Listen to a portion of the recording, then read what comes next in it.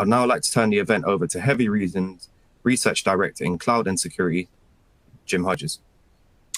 Thanks, operator. Welcome everybody to today's webinar, which is entitled How Networks Deliver Future Value. My name is Jim Hodges. I'm Research Director at Heavy Reading, Cloud and Security, and I'll be moderating today's session. And we have a very interesting presentation for you today that's really going to focus on how key 5G technology will enable high-value use cases and will provide service providers with new service integration and consulting opportunities. So before we get started, let me first introduce the two speakers we have from today's sponsor, Amdocs. So joining me today and presenting are Niall Norton, who is GM and Division President of Amdocs, and also Nir Hollander, who is Division President of Mobile. As I said, we have a lot of excellent content for you today. So we're going to start off first. I'm going to turn the presentation over to Niall, and he'll go through the agenda, and then he'll kick off the webinar with his presentation. So please go ahead, Niall. Thanks, Jim. Good afternoon, everybody. It's a great pleasure to kind of present to you this afternoon. As Jim said, we've quite a lot of content we're hoping to share with you, and we're excited to do so. The agenda we're going to follow is basically I will take the first couple of sections over the next 15 or 20 minutes, covering growth and technology maturity, where are we coming from, and effectively then dive into the network value opportunity and challenges.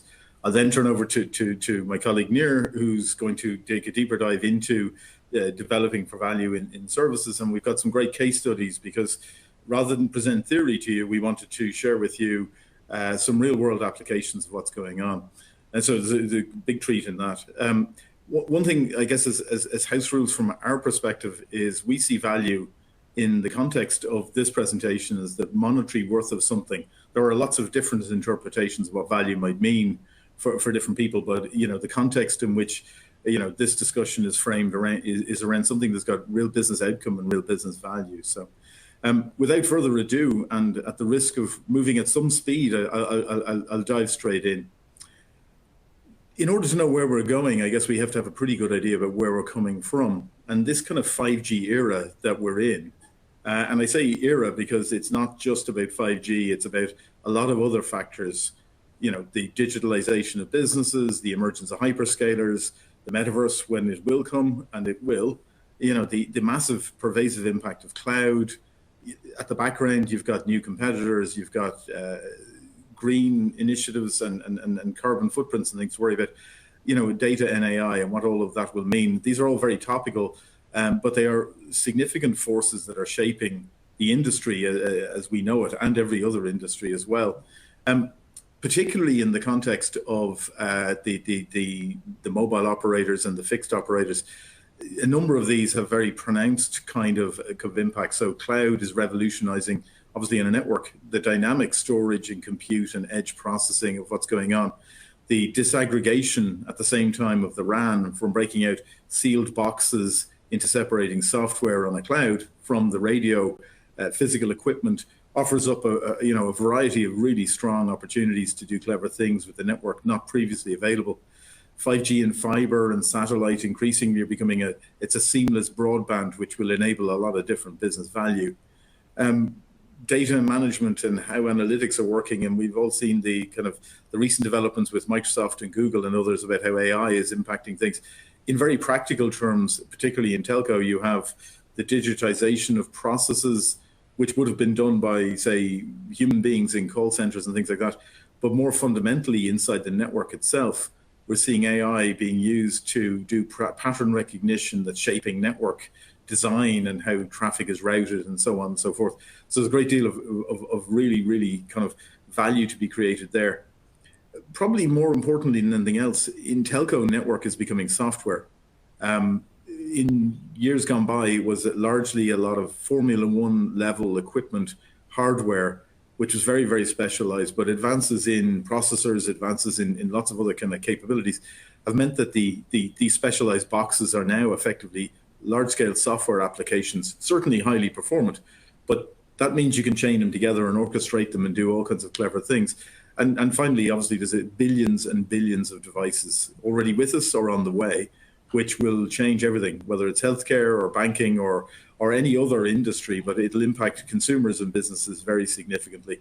The outcome of all of that in terms of value really is around new revenues that are available to the operator community from these developments.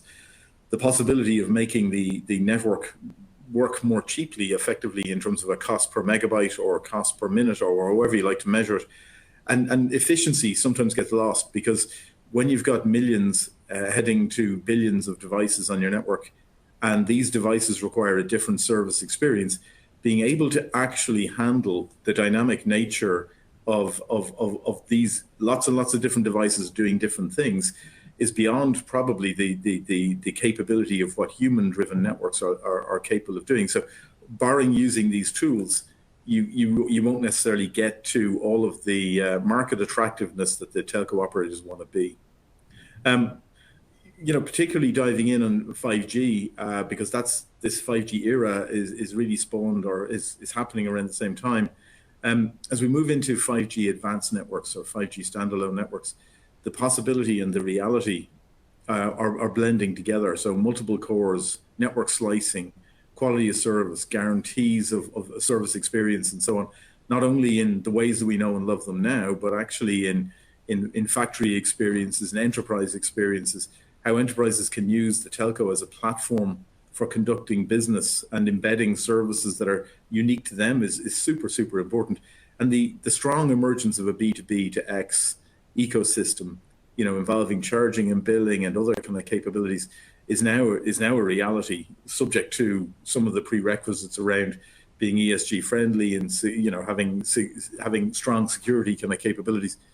But probably for the first time in the history of the world, millisecond latency being available everywhere to almost anybody to do almost anything is actually where it's at. And that's where this 5G era coming together of different technologies becomes super important. In the context of all of that, one thing to contend with is the emergence of new players who are partners and maybe friends and maybe competitors in due course. And on this slide, we just pulled together the more active ones that we see out there in the market right now, and try to condense some of the things that these partners and hyperscalers and others are doing in the marketplace. This will continue to evolve, continue to get bigger and better. But this is a new feature of our industry, which is changing everything. It's changing vendor relationships and changing supplier relationships, and it's creating faster paths to value if the operators are working in conjunction with these players. And there are more, and it's a big zoo, but the reality is that these players in particular we see as being very, very active, playing an active part in what comes next. The steps to get there around, it's hard work to make these ecosystems work. You need to do realization and certification of capabilities, the joint account engagement, and the joint go-to-markets. The reason I just say that is it's a challenge for the networks to do all of these things and keep the lights on the network as they know and love it today. It's infinitely worthwhile, but the paths to future value that we see for the network community, where the value will be created with the enabling technologies of automation and everything else, the old world of being a B2C supplier for the CSP is forking. And if you were just content as an operator to be the provider of a public wide area network for connectivity, we're already seeing that 5G substituting fiber is exhibiting exactly the same economic trends as fiber and optical did in years before. So you can't just do what you did before. You need to change the thinking. You need to break out of that. And so evolving the consumer network to do more things like metaverse and AR and VR and all of these new services, that's already a challenge, but it's a significant, it creates significant value for the network operators and for everybody else. In conjunction with that, we see the emergence of the enterprise and industrial networks. And this is the relationships with private enterprises and others who are going to take connectivity, 5G and other, and embed it into the value propositions that they're making, that's driving their value to the end customer, but also automating their processes around factories and things like that. So there's quite a significant shift or bifurcation of the effort required. And it's a lot of work, don't get me wrong. So we see that, obviously the big NEP providers, They're very good. They're industrial strength. They'll run on rails. The system integrators who've been very good in an era where you needed to create efficiency in your network, do more faster with their people, with their training and processes. The emergence of the hyperscalers has changed a bit, and that's inserted the hyperscalers effectively as the new operating system for a lot of the operators. And then there's players like Amdocs in the network where, and this isn't an advertising for Amdocs, but where we can bring together new features in conjunction with these other vendors to allow the growth of the enterprise and industrial value chains, the transformation to cloud, get more from the legacy network assets, reducing OpEx, and open everything from the RAN through to the core, through to multiple cores. So this is the paths that the operators need to get to, which is, obviously keep business as usual that's paying the bills, evolve the existing networks towards a much richer universe of offers for what I'm going to call the consumer network, and growing into and really realizing this incredible value footprint in this enterprise and industrial network. And sorry, I beg your pardon, I jumped ahead there. Summarizing all of that overview a little bit, we've got technology advancements which are leading to new business opportunities. There are pressures, competitive pressures from each other, from new technologies. Commoditization of services is a reality. Standing still is not an option. There's shareholder pressure to get returns, and the capital markets have been difficult for the last year and a half. We've seen that in the investment profile of what's going on. And there's an ongoing and emerging security concern, because as the more the world becomes connected, the more of a threat, security and things like that will become. And the threats, obviously, to the operators is evolution isn't moving fast enough. And what I mean by that is, when you're up to your neck in alligators, sometimes it's difficult to remember the original intention was to drain the swamp. And so when you've got a very complex network that's filled with 3G, 4G, 5G, fiber, and other technologies, just running the business is complicated enough. When you don't have a lot of additional capital to allow you run parallel evolutionary programs, sometimes things don't move as quickly as you'd like. Sometimes prior decisions have locked you in with a particular vendor on the network side who's not going to move at the speed you'd like them to. Sometimes you may not have the ability to direct your really smart resources towards understanding a strategy of how you get to automation, how you get to monetization, and so on. So moving fast enough is a real challenge. The hyperscalers, partners today, maybe competitors tomorrow. Who knows? I mean, it's an open question. It can be very difficult to find the right partners to participate in these ecosystems. The very large operators will have the luxury of departments to do this.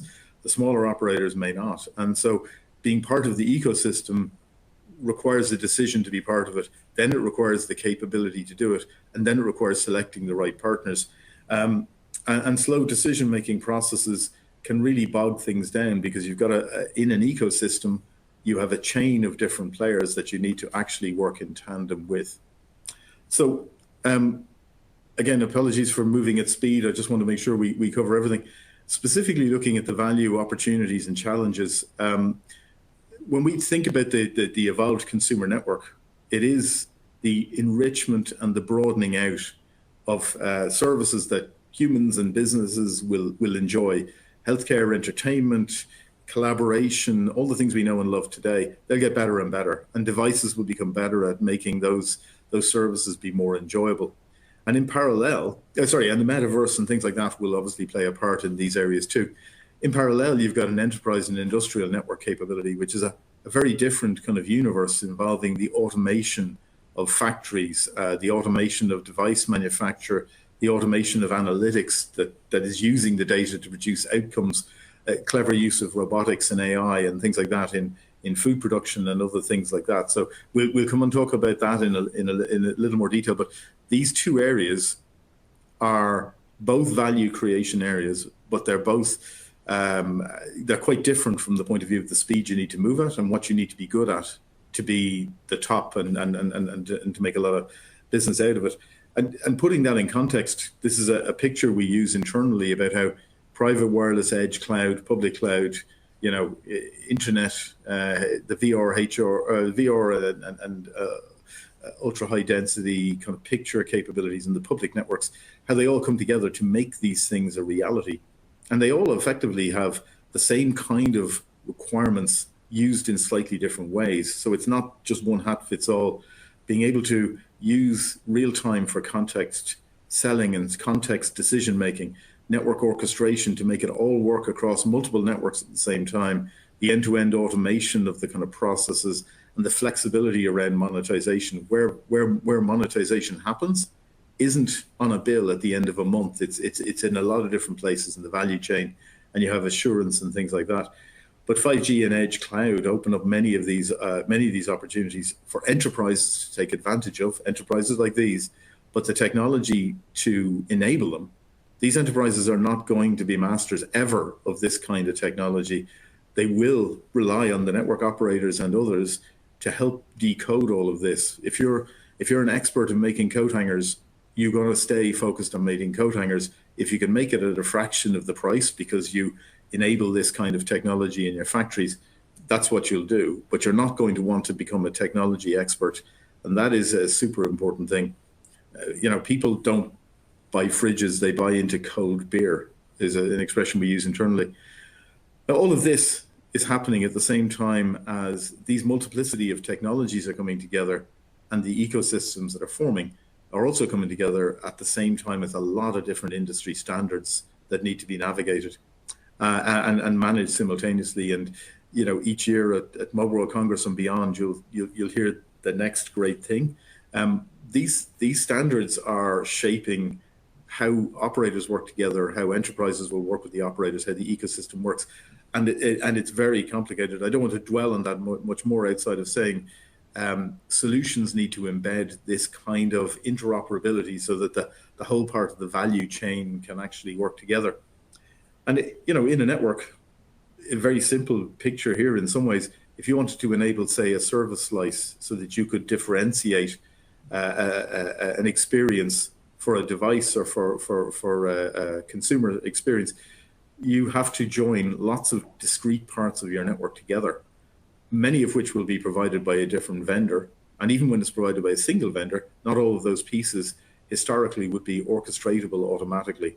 But when you do that, and that extends from the core all the way down to the RAN, and in more recent days, you've then got partner networks and application partners. You've got the cloud and the cloud ecosystem that you're plugging into. The good news is this is being solved, and we can talk to you that in some of the case studies. But cloud maturity, disaggregation of the RAN, and the embracing of the edge, the network and IT convergence, because that's an important part of the new world we're in, is that networks are software, and softwares are they're a contiguous group of applications. Some of them are display network characteristics, some of them display maybe more standard IT applications, but they work seamlessly end to end. And we're not necessarily advocating a big stack approach. What we are advocating is the interoperability and the smooth interoperability of it, making sure that your network is on demand, that you have automated operations, and pushing in to create new services with other partners as quickly as you can. These are the ways out, and there are solutions that actually solve this right now that many operators are actually working with. Probably just to dwell on where's this all going to happen first, because it's a perennial question.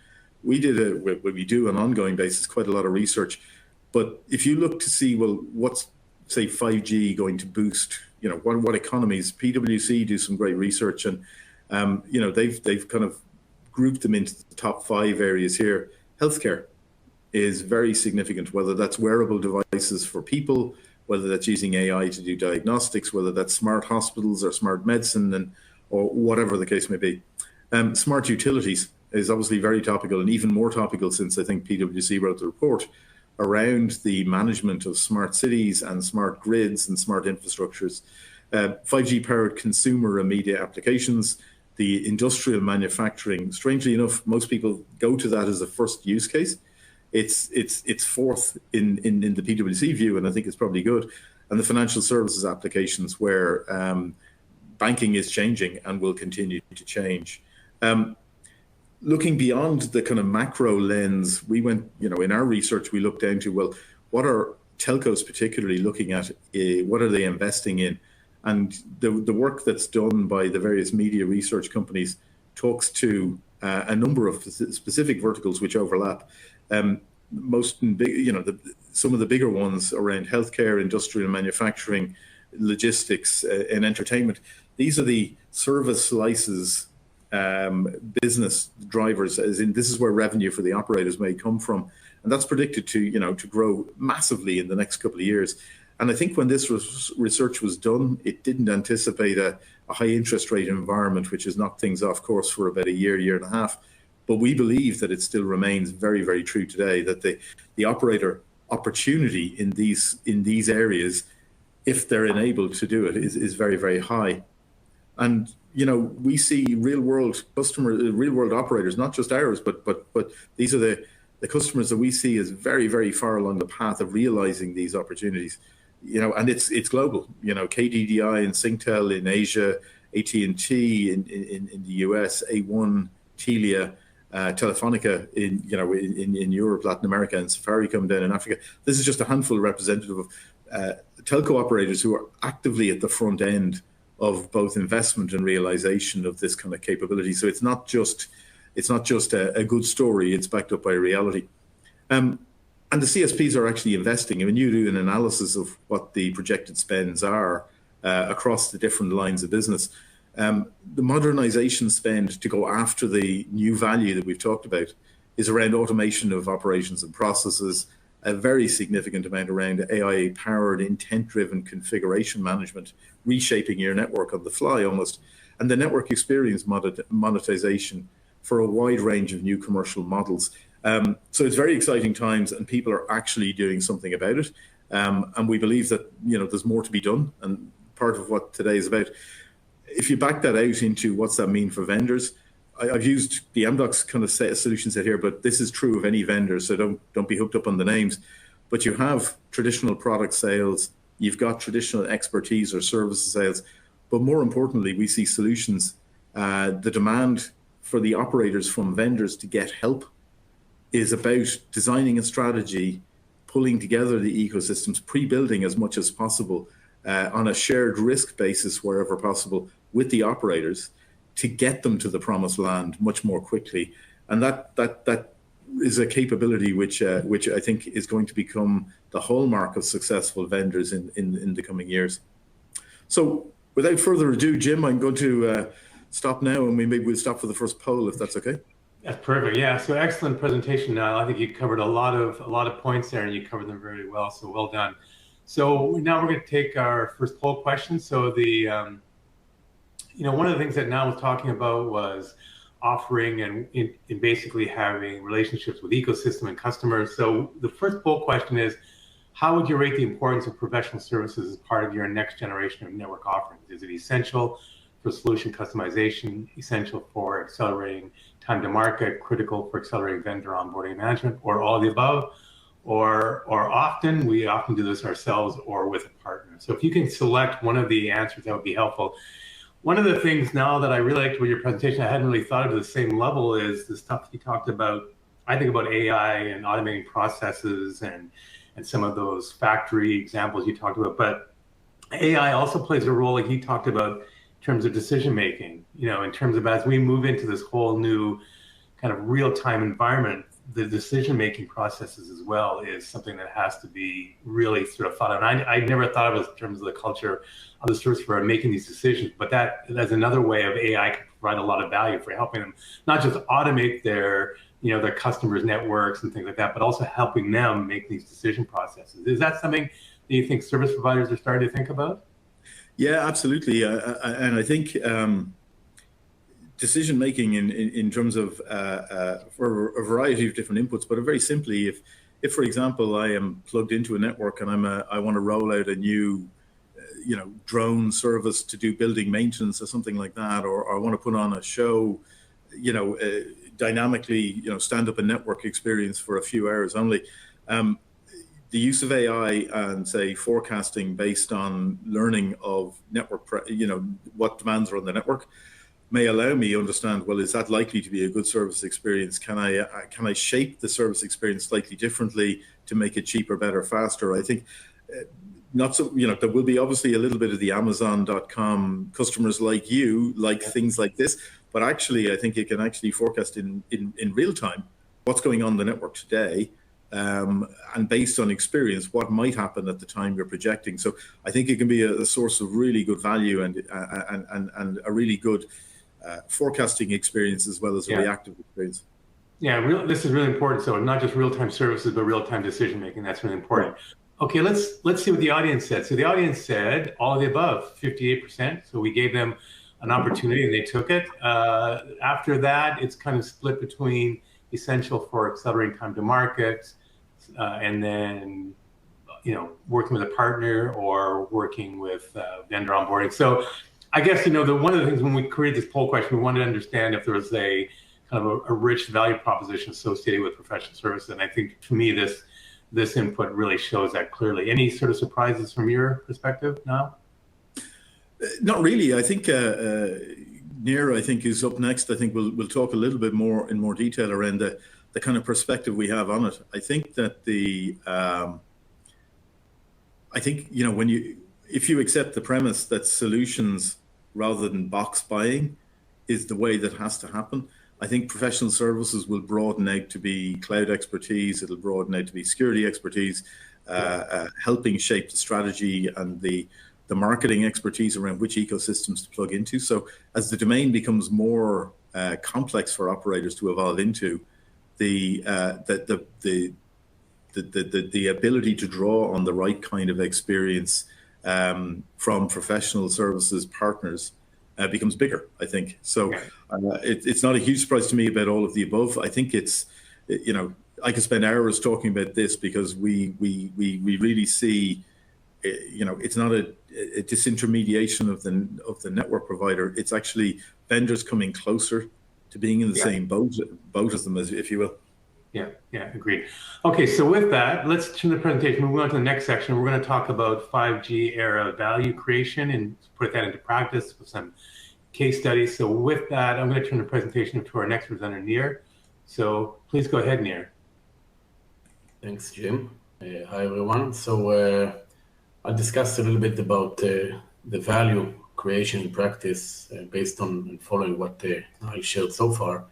And the first slide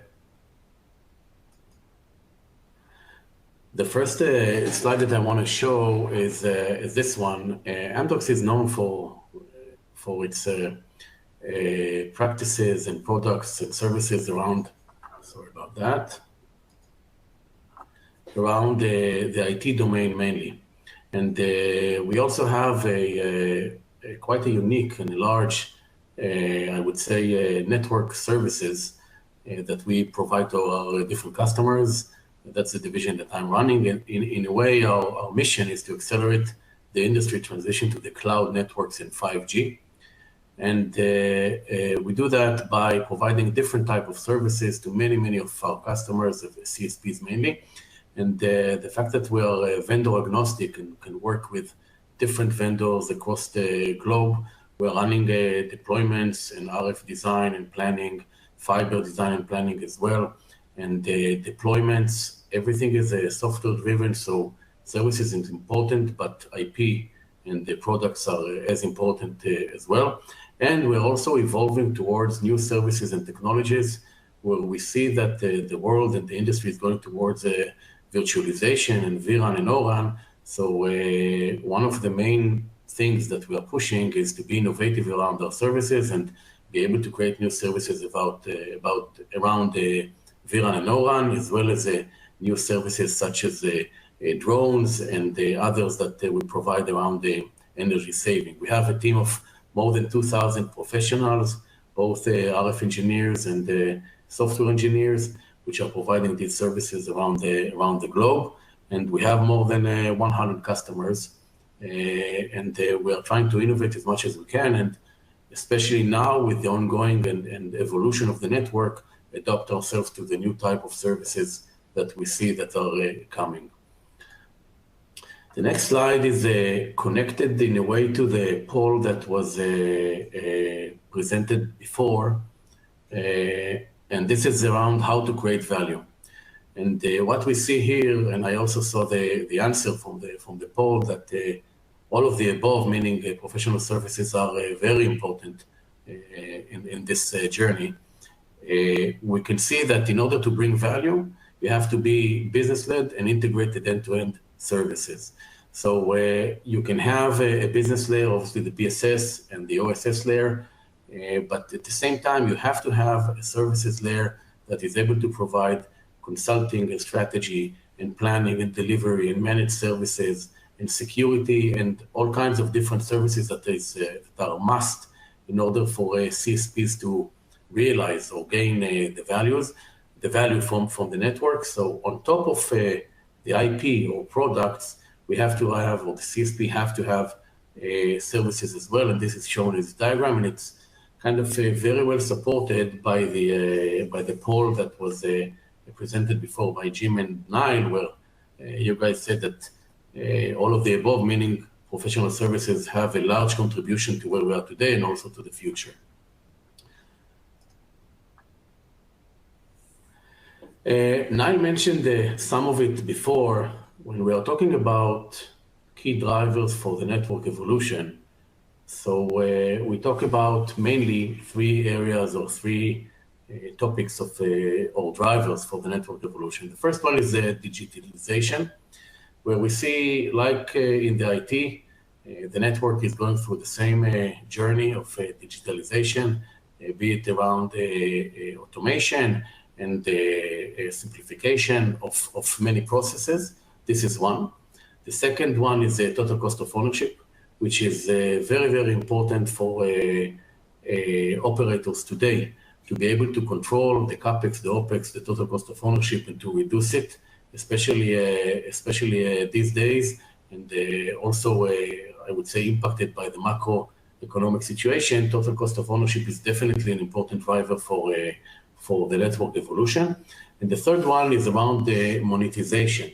Today we can monetize the network in a better way based on the data. The network is moving from being a cost to kind of creating or generating new revenue streams. So the network monetization and the ability today with 5G to monetize the network is a very important driver in the network evolution.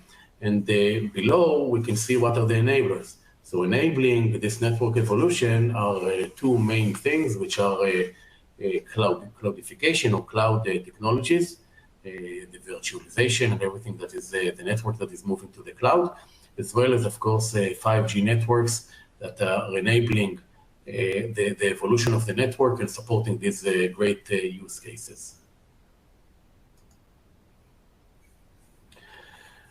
Speaking about how exactly this is going to happen, or how networks will deliver business value. So the main thing about this slide is that we split it or divided it to two domains that we believe that we see that are important. One is new revenue streams, meaning how to generate new revenue streams by the CSPs. And the second one is how to improve TCO. On the new revenue streams, I'll start from the top, creating monetization opportunities, which in a way are new services created by the fact that we have now low latency and robust networks of 5G. So creation of monetization opportunities is a need and definitely can create additional value. Acceleration of time to market, this is also quite straightforward. It was also in the poll before, as the second item in the poll results.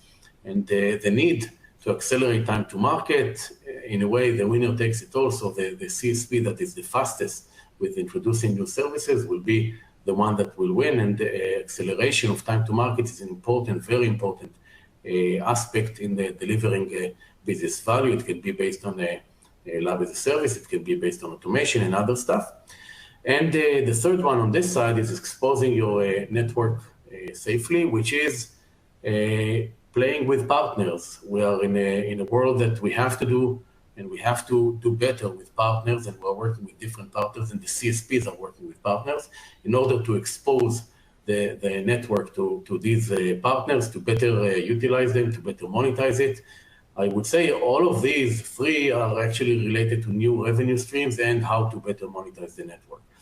If I'm moving to the right-hand side around the TCO, which is as important on how to maintain or how to control or improve your TCO, CSPs need to improve their business and operational efficiencies. I think it's a must, and it can be done by automation, by the fact that we are virtualizing the networks now, and the things can be simpler or faster. The second one is the modernization of existing platforms. We know that most of the networks are still, or a lot of them are still on legacy platform, and you have to be able to upgrade or modernize also the legacy in order not to stay behind, because the legacy at the end of the day can be a big part of the TCO. And the last one is around enhancing service infrastructure, which is more about tools, methodologies, standardization, and moving to the cloud in order to have a better infrastructure, a more standard infrastructure using the same methodologies, and by that, improving or reducing TCO. In the next slide, what I put together is the variety of solutions that a vendor would have, and in this case, it's Amdocs, but it not necessarily have to be us, in order to meet or to be able to contribute to these the aspects that I discussed before. So if I'll just take a few examples, so on time to market, lab test automation or lab as a service. If everything is today virtualized in software, definitely providing lab as a service can increase or reduce the time to market to the CSPs. The same goes for TCO around zero-touch operation or run virtualization that I just before, or even a network digital twin that you can see here between the digital journey and the total cost of ownership, while creating digital twins of towers or assets or network assets. You can definitely improve the field operation, you can reduce the total cost of ownership, and you're also going through the digital journey that we see on the network and the IT as well. On the enterprise side, which is a big focus from a CSP standpoint, the enterprise, we have few examples here. One, to be able to create higher margins, to be able to create more stickiness. And there we can see MPN, which is private networks, for sure, has a big impact on enterprises and creating new revenue streams for the CSP. And on the monetization part, on the right side, we can start seeing use cases and proof of concepts around the slicing, mainly around the FWA, fixed wireless access, as well as fiber and new ways to monetize. So here we can see a variety of solutions, be it a product as well as services that covers the entire range of time to market, TCO, digital journey, enterprise, and monetization. In the next slides, I will discuss use cases or case studies that we are engaged in, or a project that we are part of, or engaged in around the different services that I mentioned. And I'll start with these three verticals or pillars. So around total cost of ownership, which is improving the operational efficiencies. You can see the different aspects of TCO, zero touch, optimization, and so on. What I will discuss a bit more is how do we leverage drones as part of a service to be able to reduce TCO for CSPs. The second one is around network monetization, which is around private networks or fixed wireless network exposure. In this specific case, I will discuss a case of a mobile private network.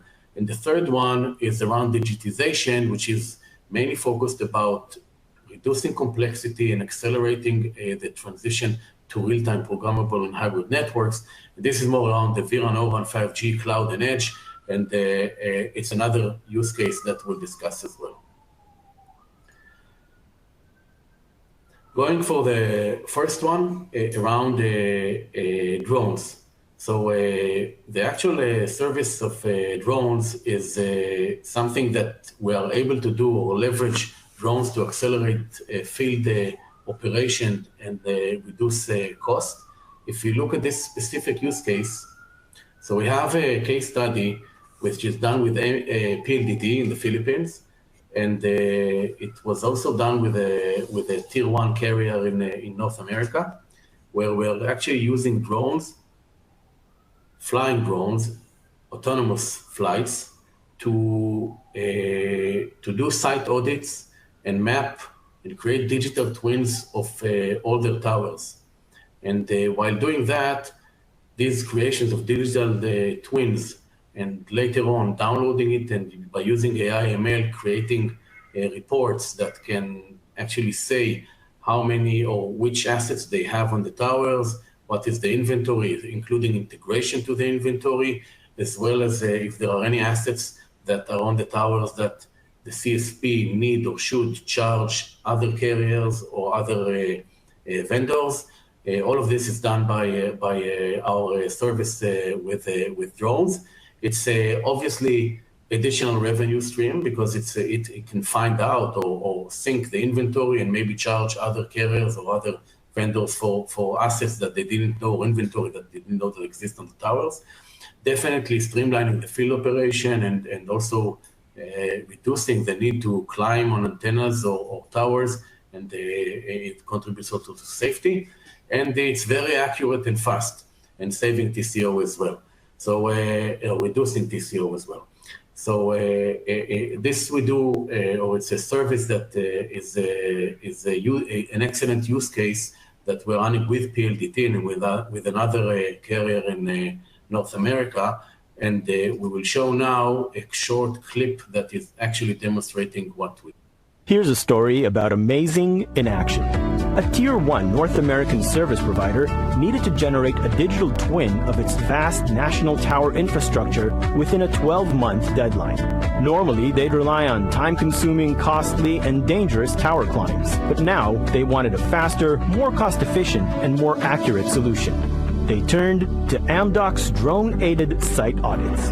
Amdocs Drone-Aided Site Audits is a comprehensive end-to-end solution for maintaining communication towers.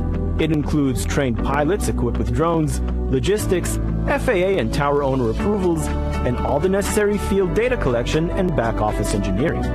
We started the project by utilizing advanced drones with autonomous flight paths to digitally scan the provider's tower network, standardizing the process of data collection. The data was then analyzed by Amdocs engineers, who produced detailed reports as well as a complete digital replica of the provider's network. This digital twin allowed the provider to expedite deployments and reduce the launch time of additional 5G capabilities by 50%. But the benefits of Amdocs drone-aided site audits go beyond just time, accuracy, and cost savings. The drones also improved safety, as traditional tower climbs can be dangerous and prone to human error. Plus, the use of drones had a lower carbon footprint, making our service more environmentally friendly through reduced truck rolls. The result was, in a word, amazing. The service provider hit their deadline with ease, and they did so in a safer, more efficient, and more sustainable fashion. Make it amazing with Amdocs drone-aided site audits.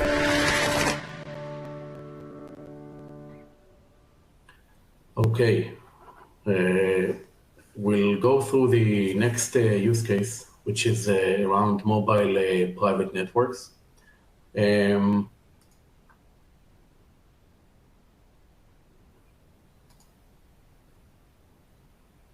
In general, in the mobile private networks domain, we help our customers, our CSPs in different verticals to create, to deploy, to plan private networks, both as a solution integrator as well as bringing all the right players, including our own IP, in order to create an up and running private network. What we see here is an example that we did with 3 different verticals for CSPs and for enterprises.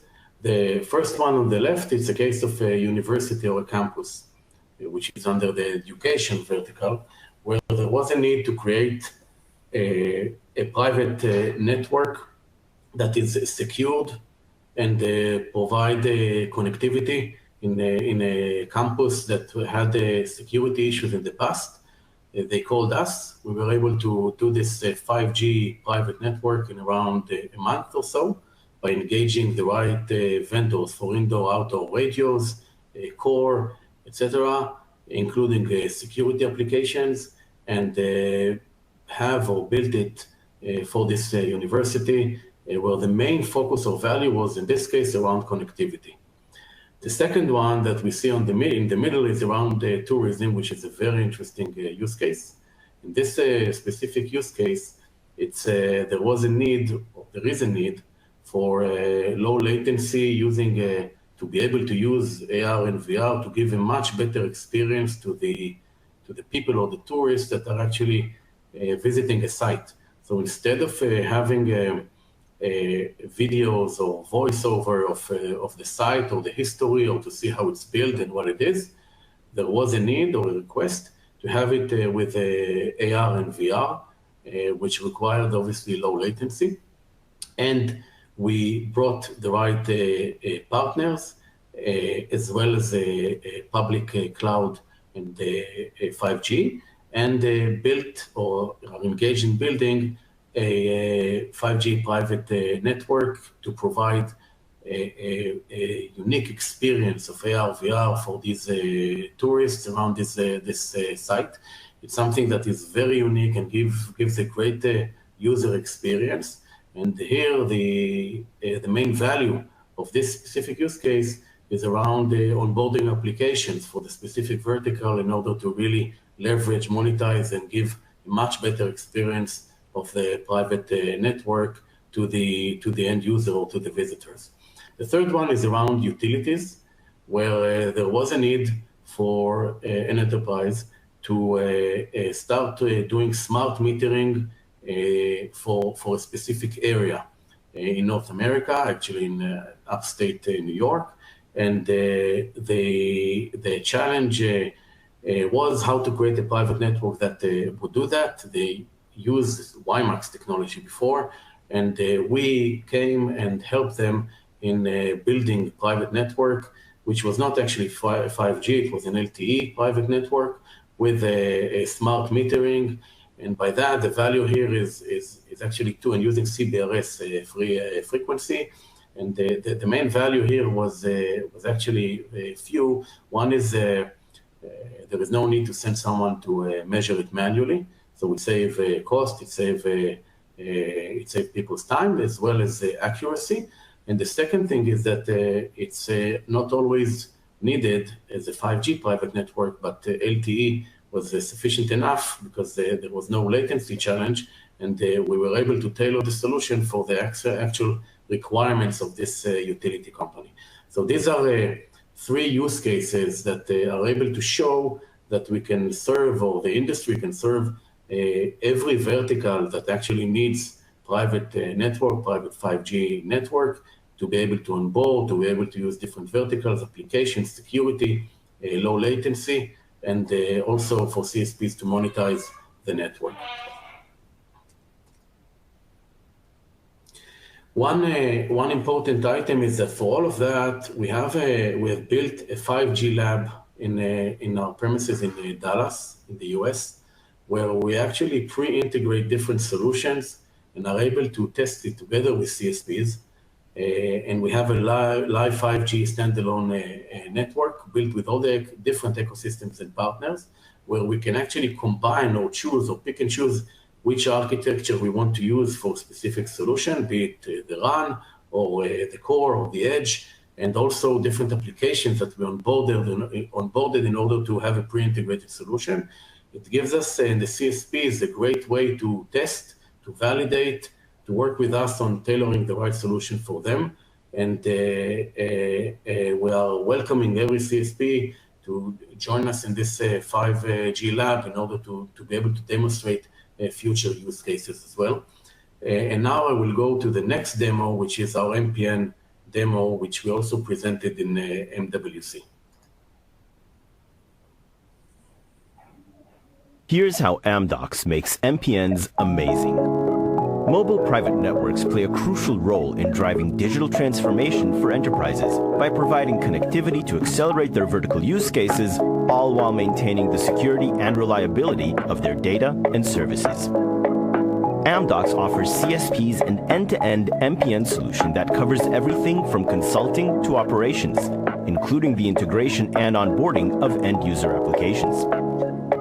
We choose best-of-breed network equipment and vendor solutions to maximize ROI, collaborating with industry-leading providers experienced in RAN, core, transport, cloud, edge, spectrum, and security. Using the Amdocs management portal, CSPs can manage multiple complex deployments from a single pane of glass. The portal enables real-time observability of IT and OT across different enterprises from different geographies and industries. It also provides visibility on each enterprise's deployment status, connects to a marketplace where CSPs can onboard applications onto the enterprise, provides SIM management capabilities, allows configuration of policy and charging rules, and monitors ongoing traffic for security alerts and breach attacks. Building a mobile private network for specific verticals may seem overwhelming and challenging. With Amdocs' end-to-end MPN solution, businesses can rest easy knowing that they're secure, reliable, and always connected.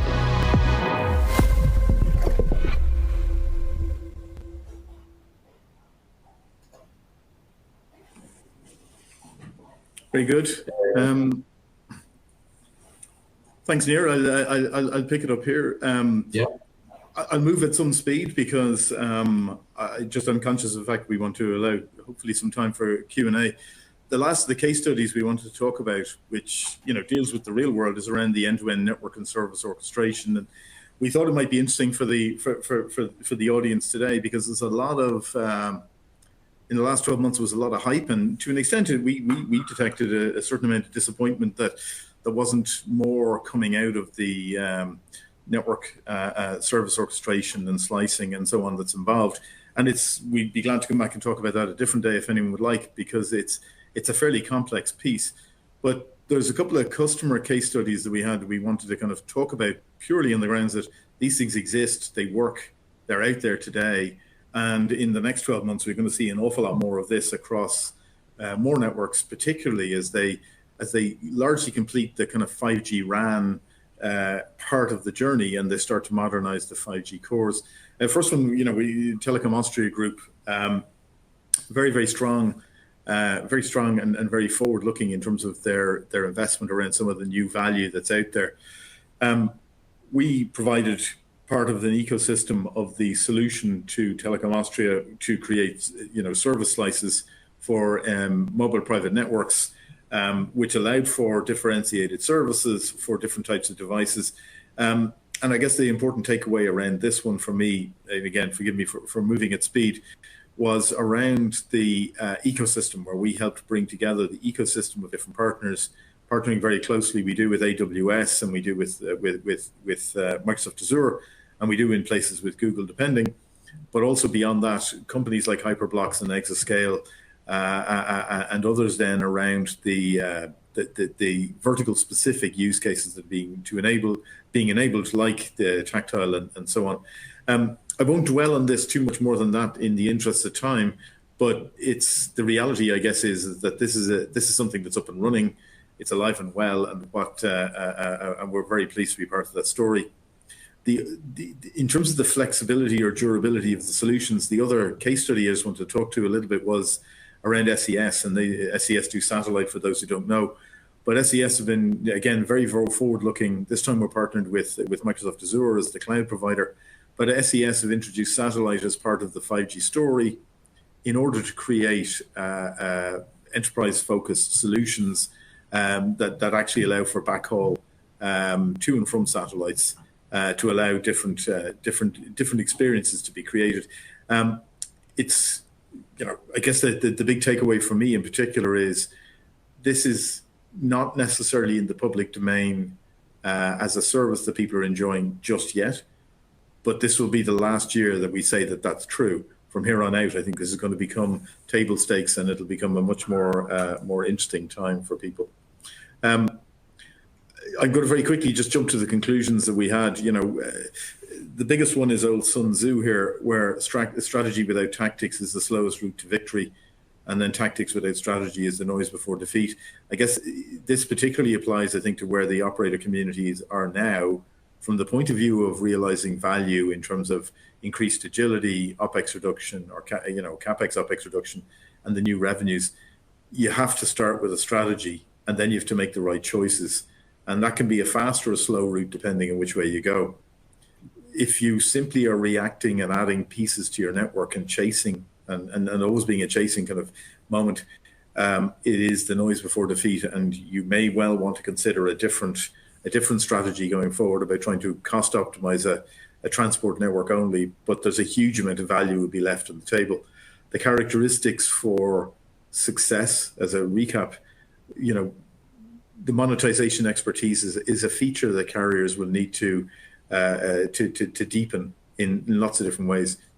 Having an AI-powered, intent-driven network that can do closed-loop operations very, very fast in milliseconds is super important. The open modular ecosystem-centric approach doesn't mean you're doing away with the NEPs. It just means you need to embrace the fact that beyond the NEPs, Amdocs have embraced this ecosystem of people who make our offers richer. The operators need to do the same, and candidly, the bigger NEPs. And being vendor agnostic allows you to talk to multiple vendor boxes much more efficiently than trying to get a couple of the big guys who are buried in who move slowly. And that's not an advert for Amdocs. That's just a reality of who's able to move quickest based on our experience. Our message, if there is one, is around you need to change the network game. What's coming next is different from what's been there before. Long-term partnerships are really, really key. Enabling networks to scale and operate faster, that's got to be the root of every strategy. Integrate to any environment, any cloud, and effectively any business environment. You need flexibility, and above all, business outcome focused. This isn't about buying the best product or the cheapest service. It's about a business outcome focused project. So projects need to be seen end to end, rather than compartmentalized into maybe more traditional silos. And with that, Jim, I'm going to hand back to you and just say thank you very much to everybody for listening to our presentation. Great. So thank you, Niall and Nir. Again, excellent presentation. We covered a lot of material there, but I think you gave the audience an incredibly strong view of some of the opportunities, the considerations for how we actually can make this happen from a monetization and from a use case perspective. So we are over the time, so we're not unfortunately going to have time to take questions from the audience, but we may get back to you after the event by email.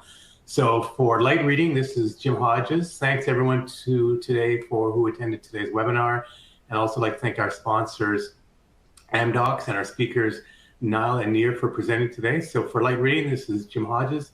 Thanks everyone. We hope to see you again soon. Thank you. Thank you.